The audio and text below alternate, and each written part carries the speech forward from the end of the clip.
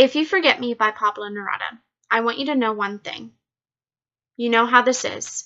If I look at the crystal moon, at the red branch of the slow autumn at my window, if I touch near the fire the impalpable ash or the wrinkled body of a log, everything carries me to you, as if everything that exists, aromas, light, metals, were little boats that sail towards those isles of yours that wait for me. Well now, if little by little you stop loving me, I shall stop loving you little by little. If suddenly you forget me, do not look for me, for I shall have already forgotten you. If you think it long and mad, the wind of banners that pass through my life, and you decide to leave me at the shore of a heart where I have roots, remember that on that day, at that hour, I shall lift my arms and my roots shall set off, and to seek another land. But if each day, each hour, you feel that you are destined for me with inapplicable sweetness, if each day a flower climbs up your lips to seek me, ah, my love, ah, my own, in me all that fire is repeated, in me nothing is extinguished or forgotten.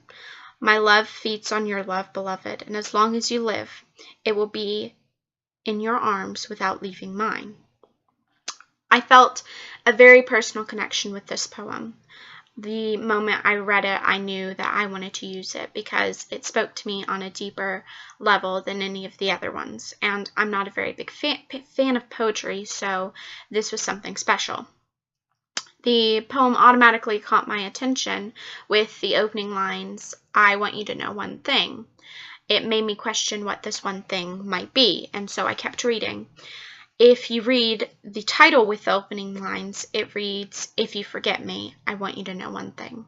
This comes off as kind of threatening and ominous, and it set the tone for most of the poem.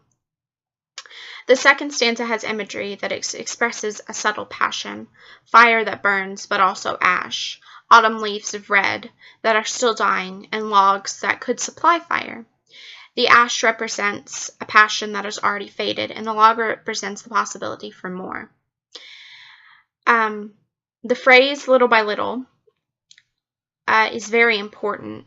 It expresses the fading love of the narrator and whoever he is talking about. Because as long you try to cling to it as long as you can, but if it's not cared for, it fades away, and over time, and distance, it fades, and one day suddenly there is no love. The poem as a whole is pretty threatening. The lines, if suddenly you forget me, do not look for me, for I shall have already forgotten you. Pay attention to the word already. It means that he will have already known that you weren't going to be faithful, because he can tell, and he will have already forgotten you. So don't even bother coming to look for him. The roots symbolize the memories and feelings and thoughts of the narrator, and that he will, if not loved, he will take them away and to another place where he is loved. The flowers in stanza 2 symbolize a spring that may be the past that they had together, or future that they could look forward to if they get through this autumn, and autumn is a theme throughout the whole poem.